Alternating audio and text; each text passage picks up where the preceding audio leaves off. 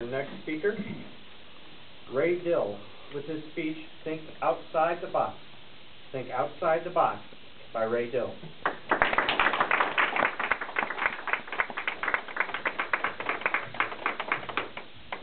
Think outside the box. It's an old phrase. It's a worn-out phrase. It's a catchphrase from the 1970s and 80s to think creatively or be objective. Business consultants of the 70s and 80s often laid claim to originating this phrase, think outside the box. They used to try to make their clients feel inadequate by drawing 9 dots on a piece of paper and then challenging their clients to connect the dots without lifting their pen using only 4 lines. If you've not seen the solution, it's done like this.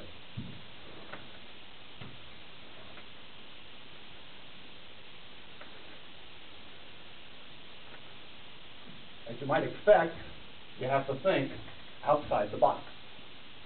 Well, today, I'm not going to try to pose puzzling problems to you. I'm not even going to try to enlarge and expand your intellect by asking you to think outside the box. Instead, I'm going to tell you 3 stories, each involving boxes. My first story involves my mother's 4-box sorting system. Before washing clothes, my mom always sorted clothes into 4 boxes: whites, colors, dress shirts, blue jeans, and socks. She taught each of us 3 boys how to use her 4-box sorting method.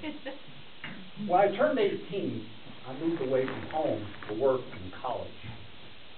When I entered the laundromat for the very first time in my life, I was prepared. I didn't have my mom's 4 boxes, but I confidently and properly sorted my clothes into 4 distinct piles: whites, colors, dress shirts, blue jeans, and socks. I took the first load of clothes and put it into the washing machine and waited. When it got done, I put the wet clothes in the dryer, and then I put my next load of clothes into the washing machine. And I repeated this for each load of clothes. It was not until I was on my last pile of clothes that I realized there are 37 washing machines in this laundromat, and I have used just the one. Now, it's not that I didn't think outside the box. I just didn't think. My next story involves my children. When they were in middle school and high school, they participated in this program called Odyssey of the Mind. Odyssey of the Mind is an educational program that promotes creative problem-solving thinking to solve a variety of different types of problems. Probably the most well-known of these would be the balsa wood structure that holds the maximum amount of weight. Well, the competition not only includes the problems that the team works on for months leading up to the competition, but also a spontaneous problem. The spontaneous problem is unknown to the teams until the day of competition, when they are taken one team at a time into a secluded room. A judge will read the rules to the team, and then the team is given a few minutes to try to solve that problem. One year, the problem was to put balloons into an empty box. The materials provided to the team were the empty box, and then a box full of balloons, and they were several yards apart. The team was instructed that they could not touch the balloons, but they were given a number of different items that they could use to transport the balloons from one box to the other. They were given scotch tape and string and rubber bands and paper and a number of different types of items. I always coach the team to never be constrained by implied rules. If the rules don't specifically state you can't do something, then you can do it. I told them to always look for ways to bend the rules before trying to solve the problem.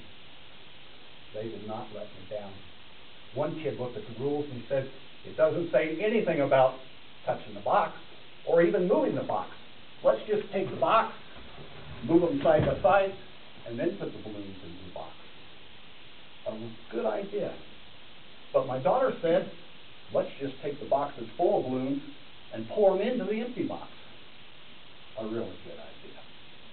But my son said, let's take the empty box and turn it upside down and put it over the full box. The box will be upside down, but the balloons will be in the box. In less than 30 seconds, the balloons were in the box. The judges were flabbergasted, and the team went on to state competition. This was a matter of thinking outside the box to put something into a box. My next story, very short story, concerns a confined cat. As humans, it's second nature and our calling to think outside the box. But with a cat that's indoors, if nature is calling, you can only hope that the cat is not thinking outside the box. Today, I didn't want to give you a lecture about thinking outside the box, so I told my 3 stories.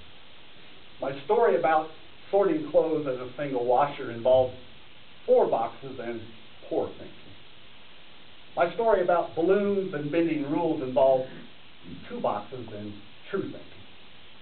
And my story about the cat involved 1 box and wishful thinking.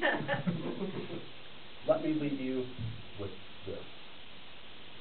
There will be a day without your say, where you'll be made to lay in a pine box.